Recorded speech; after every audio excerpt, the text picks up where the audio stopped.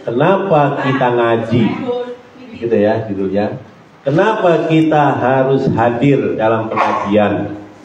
Kenapa kita dari Cikarang jauh-jauh untuk ngaji?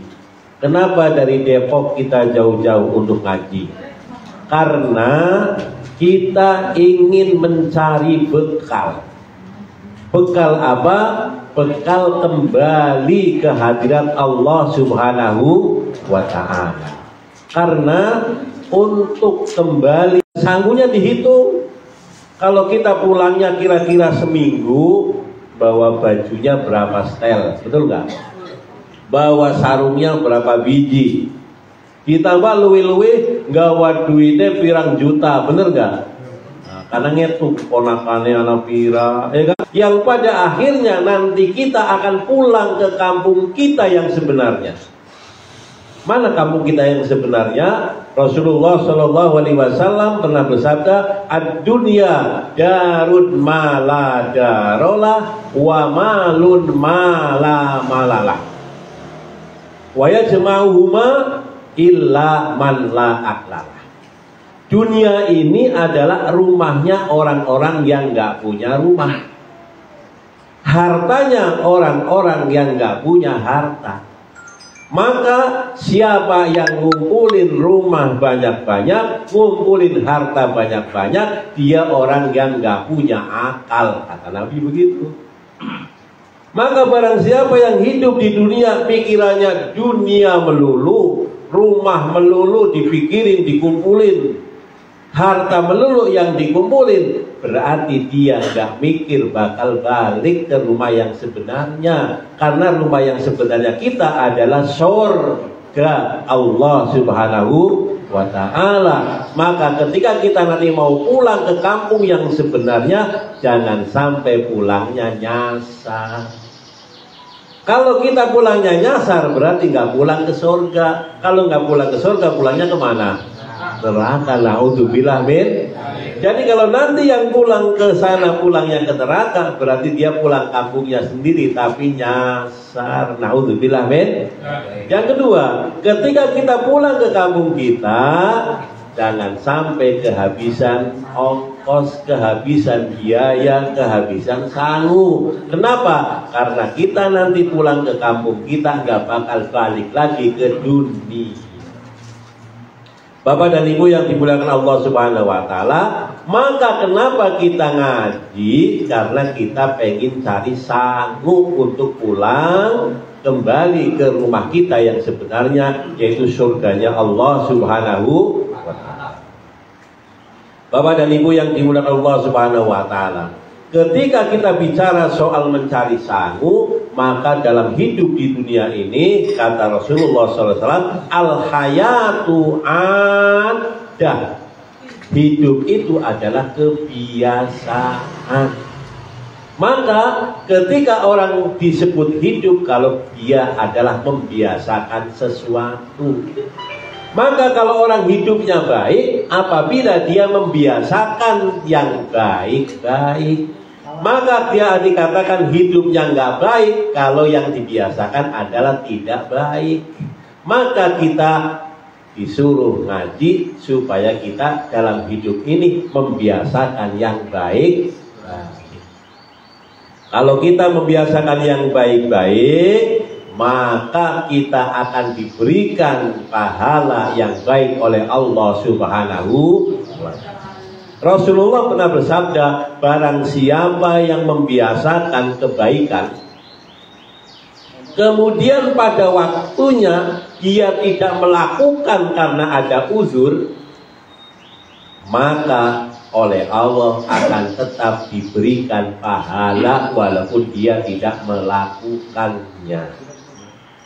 Jadi gambarannya begini Bapak dan Ibu, kalau kita tanggal bulan ngaji tekak dari mana-mana ke musola ini, tanggal bulan datang nih, satu saat benturan kalau acara liane, orang teka mene, karena wis biasa tanggal bulan teka, anak acara, maka walaupun orang teka mene tetap dikein pahala dari Gusti.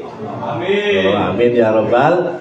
Tuh, makanya kita hadir pengajian itu dalam rangka untuk membiasakan diri. Makanya kalau ada teman yang tidak hadir ke sini itu karena ada acara, pasti tetap dapat pahala. Sejen lah orang tekanin lah, males kemana ketemu Pak Budi mana? Sejen, ya kan?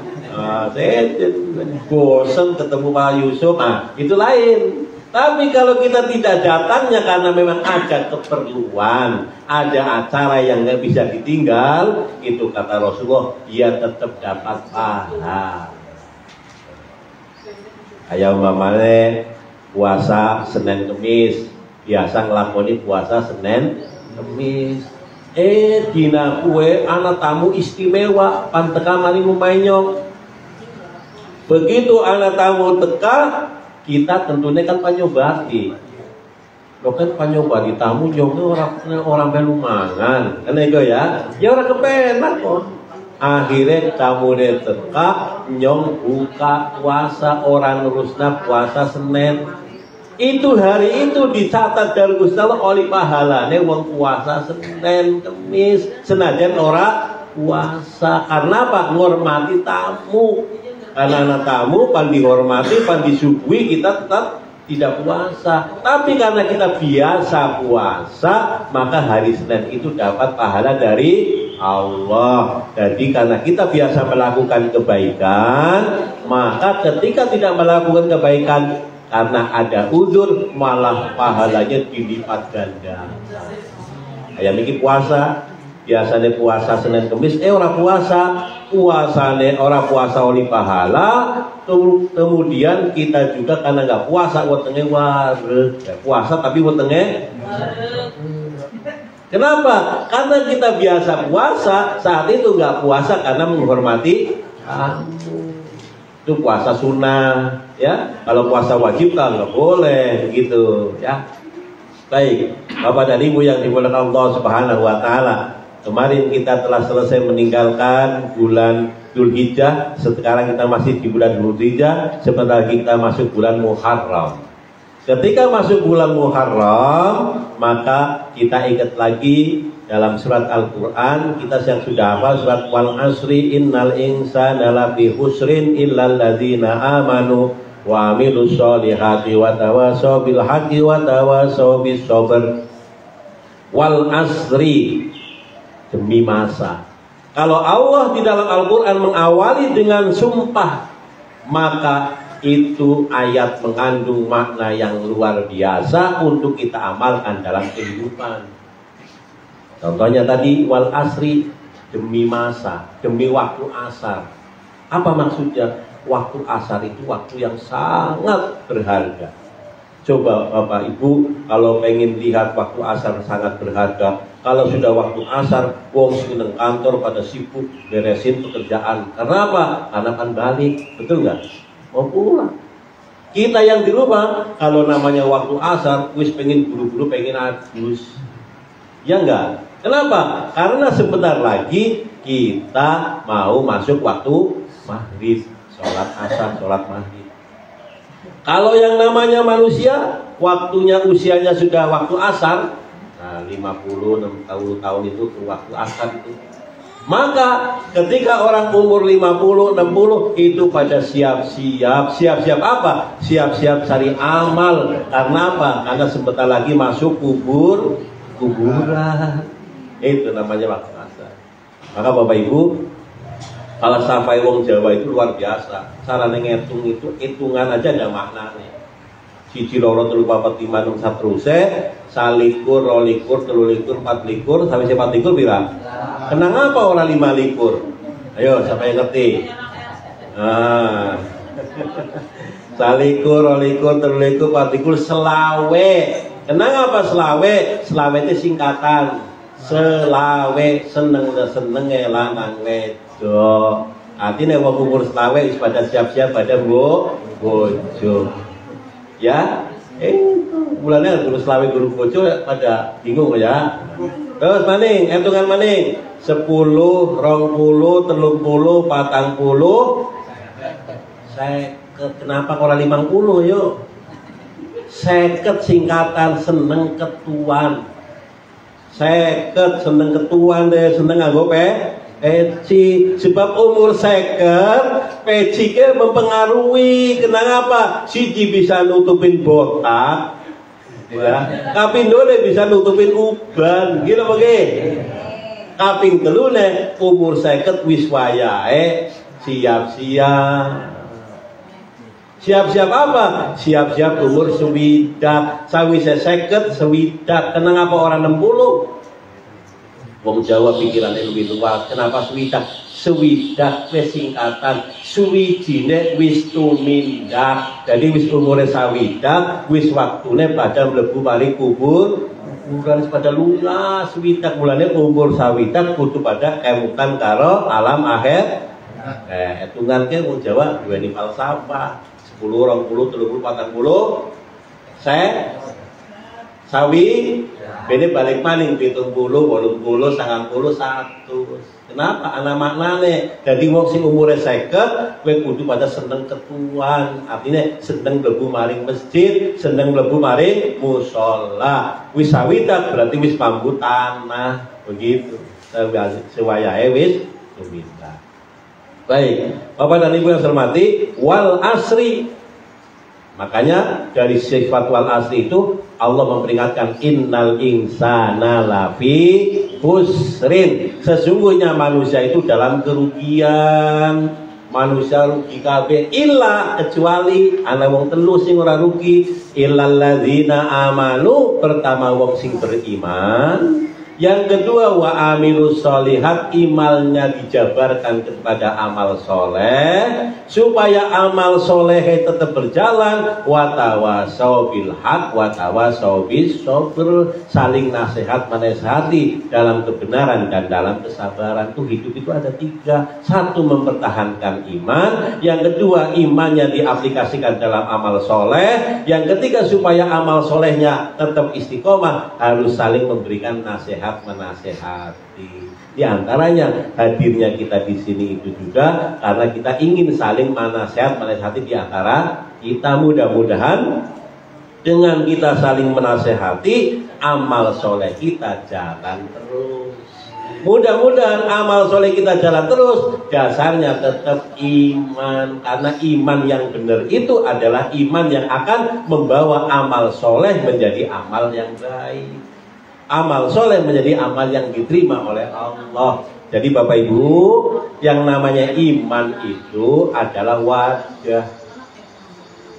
Wajah yang benar akan menjadi benar. Contoh Bapak Ibu, pagi-pagi kita ngerebus susu di panci. Ya, satu panci kita rebus susunya. Ambil gelas, ada 4 atau 5 gelas, kita ambil gelasnya Bapak, ambil gelasnya ibu, ambil gelasnya kucing, ambil gelasnya anjing, ambil gelasnya burung, taruh di situ. Saya persilakan bapak-bapak, silakan monggo minum. Kira-kira yang diambil gelasnya siapa? Gelasnya bapak, gelasnya ibu. Ada yang ngambil gelasnya kucing, ada enggak? Kan susunya pada baik. Kenapa? Wadai.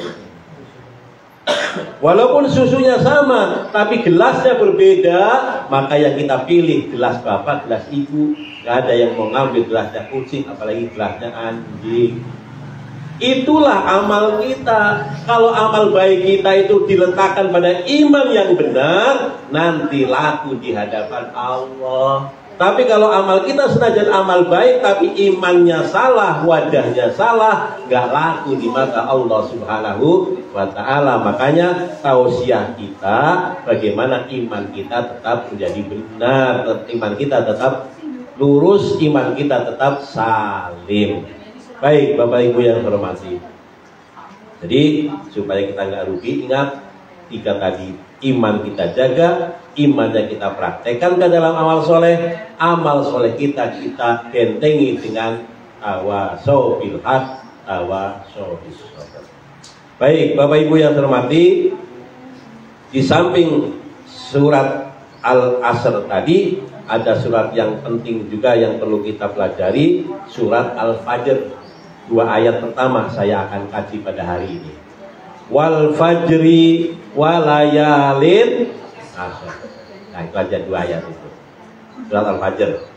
Wal fajri walayalin asr. Seterusnya wal wasafi wal water wal lali dan sebagainya. Kita ambil 2 saja nih ngaji hari ini. Apa maknanya? Wal fajri, demi waktu fajar. Kenapa Allah bersumpah dengan waktu yang namanya waktu fajar? Karena waktu fajar ini adalah waktu yang sangat dimuliakan oleh Allah Subhanahu wa Ta'ala. Di dalam waktu fajar ini kita mengawali dengan bangun tidur, kemudian kita melaksanakan sholat subuh. Rasulullah Shallallahu Alaihi Wasallam bersabda, "Man sholat subha fi jama'atin, fahuwa fi dhimmatillah." Barang siapa sholat subuh berjamaah, maka 24 jam ke depan dia ada di jaminannya Allah. Apa artinya jaminannya Allah? Pertama, jaminan Allah kalau 24 jam kita masih hidup, maka hidup kita insya Allah barokah. Amin ya Rabbal. Kalau 24 jam berikutnya kita meninggal dunia, insya Allah meninggal dunianya husnul khotimah. Maka jangan lupa kita harus pertahankan sholat subuhnya berjamaah. Ya, Bapak dan Ibu yang saya hormati, kalau bicara sholat subuh berjamaah, pernah saya ceritakan, mungkin ada sahabat Nabi yang namanya Sa'ban. Ya, nah masih ingat nggak? Ya. Sa'ban ya, masih ingat ya? Sa'ban itu sahabatnya Nabi Muhammad SAW, yang dia kalau mau sholat subuh berjamaah di Masjid Nabawi bersama Nabi, jalan dari rumah itu kalau subuhnya sekarang jam 5, berangkat dari rumah jam 2 pagi. Jam 2 udah berangkat ke Masjid Nabi, kemudian jam 5 baru sholat subuh, berarti 3 jam perjalanan dari rumahnya. Pada suatu hari si Sa'ban tidak kelihatan ketika Rasulullah sudah perintahkan Bilal suruh qomat, Bilal qomat. Setelah Bilal qomat, Rasulullah menghadap ke jamaah, sawu sufufakum fa inna taswiyatas sufuf min tamais shalah, biasanya begitu. Tapi begitu Nabi melihat kanan kiri kok Al-Qamah belum datang, tunggu Bilal, jangan qomat dulu. Ini ada sahabat yang belum datang namanya sahabat. Ditunggu 5 menit sampai 10 menit, loh kok belum datang juga. Udah Bilal qomat. Begitu qomat, Rasulullah sholat berjamaah dengan sahabat yang lainnya. Selesai sholat jamaah, berdiri lagi Rasulullah. Mana sahabat? Gak ada ya Rasulullah. Ada yang tahu rumahnya enggak? Ada salah satu yang menunjukkan saya, ya Rasulullah tahu. Tolong antarkan saya ke rumah sahabat. Maka Rasulullah Shallallahu Alaihi Wasallam diantarlah ke rumahnya. Sampai di rumahnya Rasulullah memberikan salam, assalamualaikum. Yang menjawab adalah seorang ibu yang masih menggunakan muknah. Waalaikumsalam. Apa ini rumahnya Sa'ban? Kata Rasulullah. Istrinya bilang, iya betul ya Rasulullah. Kenapa Sa'ban hari ini tidak ke masjid? Istrinya menjawab, ya Rasulullah, semalam ketika jam 2 beliau bangun akan menuju ke kamar mandi untuk bersiap-siap sholat subuh, ternyata beliau sakaratil maut. Kata Rasulullah, terus bagaimana? Ketika sakaratil maut ya Rasulullah, Sa'ban mengadu 3 aduan. Yang pertama, aduh, kenapa kurang jauh? Aduh yang kedua, aduh kenapa bukan yang baru? Aduh yang ketiga, aduh kenapa enggak semuanya? Sebelum meninggal dia mengadukan 3 aduan. Maka Rasulullah membacakan salah satu ayat dalam Al-Quran, dalam surat Toha dikatakan bahwa ketika manusia sakaratil maut, ditampakkanlah amal-amal kebaikan dan amal keburukan. Maka ketika kita melihat orang sakaratil maut, ketika nengok ke kanan, dia pasti tersenyum. Ketika dia nengok kiri, dia teteskan air mata. Kenapa? Karena ketika nengok ke kanan, amal-amal kebaikan diperlihatkan pahalanya. Dan ketika menengok ke kiri, diperlihatkan amal-amal buruk tentang siksanya. Jadi kalau ada orang meninggal, mau meninggal dunia, sakarat diperhatikan ya. sambil kita talkinin, kita perhatikan. Mudah-mudahan nanti kita kalau mau sakaratul maut nengoknya ke kanan dulu ya, jangan nengok kiri. Gitu. Jadi ketika sakaratul maut Bapak dan Ibu, itu perlihatkan amal kita. Maka ketika itu Rasulullah SAW bertanya kepada istrinya, wahai istri Sa'ban, kiranya pernah ada cerita apa yang dilontarkan disampaikan kepadamu tentang amal yang dia lakukan. Istrinya menjawab, ya Rasulullah, suamiku pernah berkata dan bercerita bahwa perjalanan untuk sholat jamaah dengan engkau ya Rasulullah itu butuh waktu 3 jam. Sholat jam 5, mangkatnya jam loro. Bene anjuk maring masjid Nabawi. Maka ternyata ketika akan meninggal dunia ditampakkan jarak yang begitu jauhnya, masih kurang jauh. Makanya dia teriak, ya Allah kenapa kurang jauh? Pertanyaan kita, rumah kita dari musola atau dari masjid ada nggak yang kira-kira jaraknya 3 jaman? Nggak ada, apalagi saya tinggal lompat doang kemari, ya kan? Masa kita sholat subuhnya masih kesiangan melulu, malu sama sahabat nanti. Gitu kira-kira. Yang kedua, kata istrinya, ya Rasulullah, teriakan yang dua kenapa tidak yang baru? Suami saya pernah cerita ketika dia jalan dari rumah sampai ke Masjid Nabawi, ternyata di Masjid Nabawi ada jamaah yang kedinginan.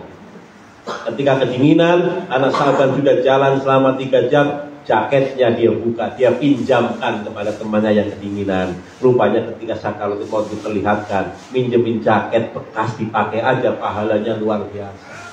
Maka dia teriak, ya Allah kenapa nggak yang baru? Coba saya pinjemin yang baru, beliin, kira-kira pahalanya luar biasa. Makanya ilmu yang dipakai jangan pelit-pelit gitu ya, pinjemin orang gitu. Yang ketiga, kenapa tidak semua? Ternyata sahabat pernah cerita pada suatu pagi dia sudah disediakan 1 potong roti, kemudian tiba-tiba ada seorang peminta-minta lewat, rotinya dipotong jadi 2, yang separuh dikasih kepada orang yang meminta-minta, yang separuh baru dimakan sendiri. Ternyata ketika sakaratul maut ditampakkan cuma ngasih separuh saja, luar biasa pahalanya. Maka bagaimana kalau semua? Maka dia aduh kenapa nggak semua?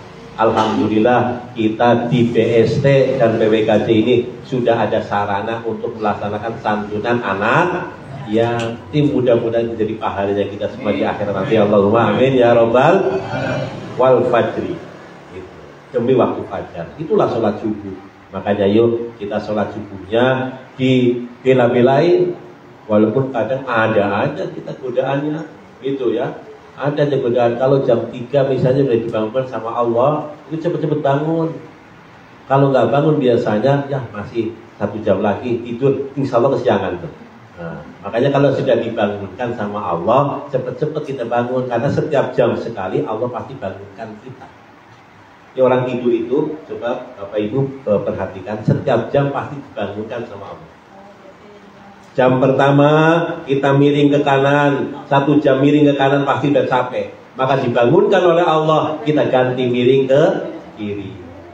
Miring ke kiri 1 jam udah capek, pasti kita bangun lagi, miring yang lain. Itulah cara Allah membangun kita. Maka kalau sudah jam 4, kalau sekarang ini sudah jam 4 dibangunin sama Allah, jangan nambah dulu, karena masih lumayan. Nah kalau sudah begitu insya Allah nanti akan kesiangan. Yang kedua, ketika kita sholat subuh, ada lagi pahala yang dikasihkan oleh Allah kepada kita yang melebihi yang kita miliki. Rakaat al-fajri khairum minad dunya wa ma fiha. 2 rakaat sebelum sholat subuh lebih baik dari dunia dan seisinya. Kalau kita di rumah punya mobil Robicon, 2 rakaat sebelum subuh lebih hebat, lebih baik daripada mobil Robicon. Kalau kita di rumah punya istri cantik, yang istri punya suami ganteng, 2 rakaat sebelum subuh lebih baik, lebih cantik dari istri kita, lebih cantik, lebih ganteng daripada suami. Kalau kita di rumah punya rumah yang mewah, 2 rakaat sebelum subuh itu lebih mewah daripada rumah yang kita miliki. Maka jangan sampai kita ketinggalan sholat sunnah qobliyah subuh atau sholat sunnah fajar. Wal fajri walayali. Ada satu lagi kabar gembira tentang fajar.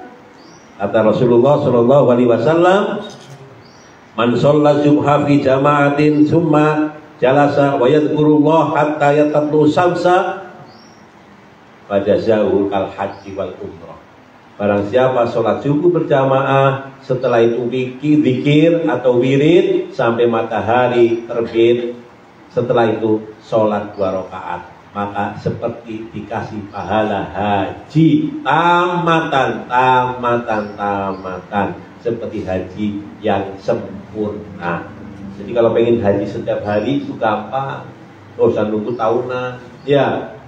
Cari pahalanya, habis subuh kita baca Quran, kita zikir, tuluk di situ jam berapa, lebihin 10 menit, sholat 2 rakaat, udah dikasih pahala haji yang luar biasa. Itu Bapak dan Ibu tentang fajar. Walayalin asar, dan 10 hari demi 10 hari atau 10 malam.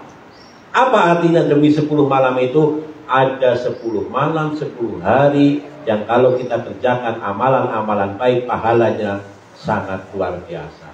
Yang pertama, 10 hari atau 10 malam yang pertama adalah 10 hari terakhir di bulan Ramadan.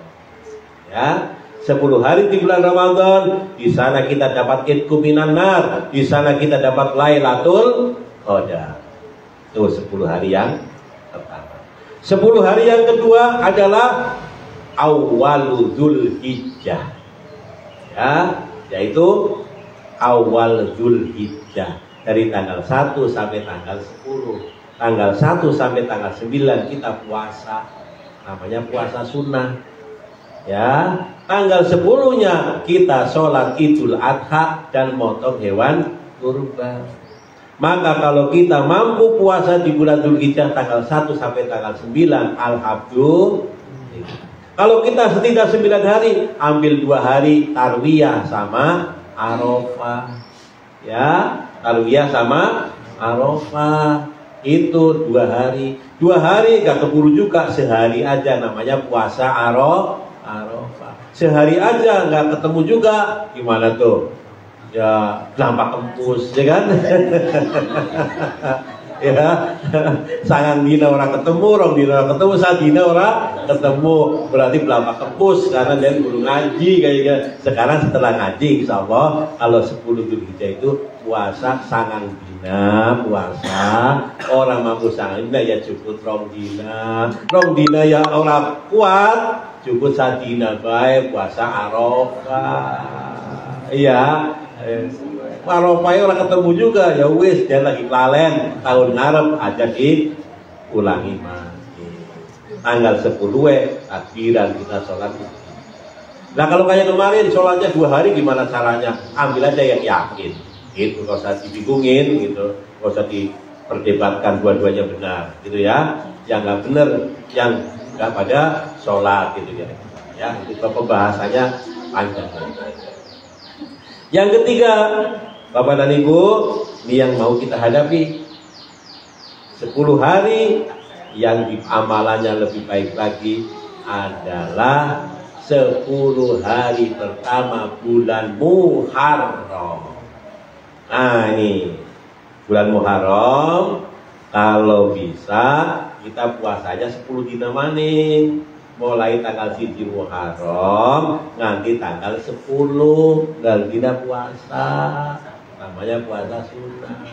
10 hari nggak mampu lagi, ya dijukut rong dina maning Tasu'a sama Asyura, gitu ya. Tasu'a sama Asyura, tanggal 9 sama tanggal 10. Rong dina abot paling ya cukup siji bae, tanggal 10 puasa Asyura. Siji abot maning. Ya wis ora usah. Alasannya sunai kian kan gue ya. Ya udah kesuno akhirnya ya. Nah, engkau sampai tanggal 10 kan puasa terakhir. Mulane engkau tanggal 10 biasanya nang kampung kan jarine lebaran. Lebaran apa kue? Sebaran anak yatim. Tanggal 1, 2, 3, 4, 5, 6 sampai tanggal 10 puasa, tanggal 10 nyantuni anak yatim. Mulane jare wong Tegal tanggal 10 Muharram lebarane bocah yatim. Itu maksudnya yang sama KB kalau ingin melakukan kebaikan puasa dari tanggal 1, tanggal 2, tanggal 3, tanggal 4, tanggal 5, tanggal 6, tanggal 7, tanggal 8. Ketemu tanggal 9-nya namanya puasa Tasyu'a. Ketemu tanggal 10-nya namanya puasa Asyura. Ditutup lebaran menyantuni anak yatim. Itulah wal fajri walayalin. Nah, kita insya Allah nanti di bulan Muharram ini kan ada santunan juga. Kalau kita bantu dengan sampai dengan puasanya, insya Allah semuanya baik. Dan itu semua Bapak Ibu yang Dzulhijjah, yang Muharram tadi puasanya puasa kemudian lagi belajar tempat bahasa. Apa sih sunnah? Sunnah lamun dilakoni oleh pahala, lamun ora dilakoni ora apa-apa. Yo ya. Ya gue ya. Puasa sunnah lamun dilakoni oleh pahala, ora dilakoni ora apa-apa. Mulane ora pada nglakoni ora apa-apa ikian. Iya. Nah saiki sawise ngaji wis gede-gede kudu diganti kesimpulannya. Apa dibikin sunnah itu lamun dikerjakan dapat pahala, lamun orang dikerjakan rugi. Nah, ya. Wah sunnah, sholat misalnya sholat itu wajib itu sunnah ora, qobliyah ora, ba'diyah ora. Kemudian lagi di sini karena pengertiannya gue sunnah ini dilakoni oleh pahala, orang dilakoni ora apa-apa. Tapi saiki sunnah lamun dilakoni pahala, orang dilakoni rugi. Mulanya karena rugi yang dilakoni.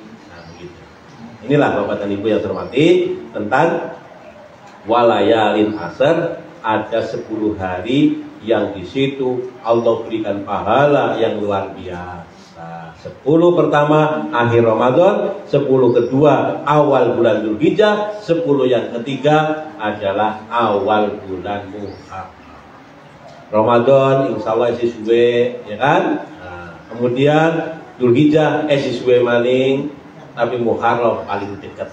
Mudah-mudahan di Muharram ini kita bisa melakukan ibadah-ibadah itu semuanya. Amin ya robbal alamin. Mulane kok WA tolong sing biasa main WA tanggal 1 Muharram jemputna. Ngasuk tanggal 1 ya sing pada puasa kayak itu ya. Jadi WA-nya aman gitu ya. Nah, ini grup-grup WA kan biasanya begitu.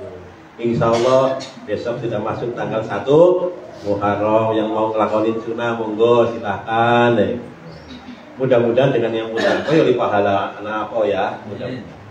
Baik Bapak dan Ibu yang hormati, yang terakhir terkait dengan Muharram itu, kenapa kita di Muharram itu ada kebaikan kita menyantuni anak yatim atau dengan kata lain sedekah? Karena Bapak Ibu, sedekah itu adalah bukti cinta kita kepada Allah. Sedekah, infak itu bagian dari kita cinta kepada Allah. Ada cerita Bapak Ibu namanya Abu bin Hasim. Abu bin Hasim ini orang yang ahli ibadah. Tahajudnya ngalungi. Nanti tidak direng. Ya, nanti tidak direng ngalungi tahajud. Begitu galwengi tahajud pada suatu ketika metu singuma paning sumur pan ngambil air wudhu kedinginan, tiba-tiba anak sing lagi jago nang pinggir sumur. Abu bin Hasim kaget. Loh siapa? Nah, begitu sing jago nang pinggir sumur yang ngomong, aku ke malaikat Gusti Allah. Nah, kaget. Oh, malaikat Gusti Allah. Berarti pan nyatet amale aku pan sholat tahajud. Akhirnya Abu bin Hasim dia bertanya, "Hei malaikat, ada gerangan apa? Biasanya aku galungi tangi orang tahu ketemu sampean, tapi wengi iki ana sampean mengkene. Panapa?" Malaikat ngetoken buku sing kandel men. Kata malaikat, saya disuruh Allah suruh mencatat orang-orang yang cinta kepada Allah. Akhirnya Abu bin Hasim tanya, wahai malaikat, tolong liatin buku yang tebal itu, mungkin nama saya sudah ada di situ, wahai malaikat. Bisa nih, aku puasa sunai kenteng, aku sholat tahajud kenteng. Akhirnya malaikat buka, cari Abu bin Hasim bagian A. Lantarane, bukan keselip, berarti mana? Lantar. Kata malaikat, tidak ada namamu Abu Hasim. Oh, berarti salahnya kerjaan sampean. Akhirnya coba dibuka maling, coba. Begitu dibuka maling, langka arane. Malaikat ngomong, wahai Abu Hasim, saya tidak mungkiri bahwa setiap malam juga saya melihat kamu setiap malam tahajud, kamu setiap puasa sunnah, kamu juga puasa, kamu kebaikan, melakukan kebaikan. Tapi ketika saya mau catat, kata Allah, jangan dicatat dulu. Jangan dicatat dulu, karena dia bukan orang yang cinta kepadaku, kata Allah. Terus malaikat ditanya lagi oleh Hasim, terus yang cinta sama Allah itu siapa? Yang cinta sama Allah adalah orang yang melihat tetangganya sakit, dia bantu. Yang tetangganya susah, dia bantu. Yang ada anak yatim, dia bantu. Itu orang yang cinta kepada Allah. Akhirnya Abu Hasim, kalau begitu saya tahajud setiap hari, gak ada artinya, orang gak boleh catatan. Sementara ada anak yatim terlantar, sementara ada orang miskin tidak urusan. Maka langsung saat itu Abu bin Hasim melengkapi ibadahnya, bahwa orang yang cinta kepada Allah itu bukan orang yang tahajudnya setiap malam sampai jidatnya merah-merah, jidatnya hitam-hitam. Bukan orang yang cinta sama Allah yang dia puasa setiap puasa sunnah. Kenapa? Dia tahajud untuk dirinya sendiri, dia sholat untuk dirinya sendiri, dia puasa untuk dirinya sendiri. Tapi yang cinta kepada Allah adalah orang yang ketika melihat hamba yang lain susah, dia bantu. Nah, ini alhamdulillah kita berkumpul, kita berorganisasi di BSD, di BWKJ ini tidak lain, program utamanya adalah membantu anak. Ya, mudah-mudahan itu bagaimana caranya kita cinta kepada Allah, sehingga nanti dicatat oleh malaikat kita tergolong orang yang cinta kepada Allah Subhanahu wa ta'ala. Mudah-mudahan begitu. Kita yang penting amal kita, sedekah kita, semuanya kita ikhlaskan karena Allah. Soal banyak sama sedikit itu relatif, ya. Banyak sedikit relatif. Bagi orang yang punya duit 10.000, 1.000 akeh apa sacuil? Akeh. Duitnya kur 10.000. Wong duitnya 1 juta, 1.000 sacuil apa akeh? Sacuil. Jadi sacuil karo akeh relatif. Yang penting kita harus ikhlas karena Allah Subhanahu wa ta'ala, sehingga dengan keikhlasan kita kepada Allah menjadi berbuat baik, sehingga ketika kita lupa berbuat baik atau ada halangan berbuat baik, kita tetap mendapatkan pahala dari Allah Subhanahu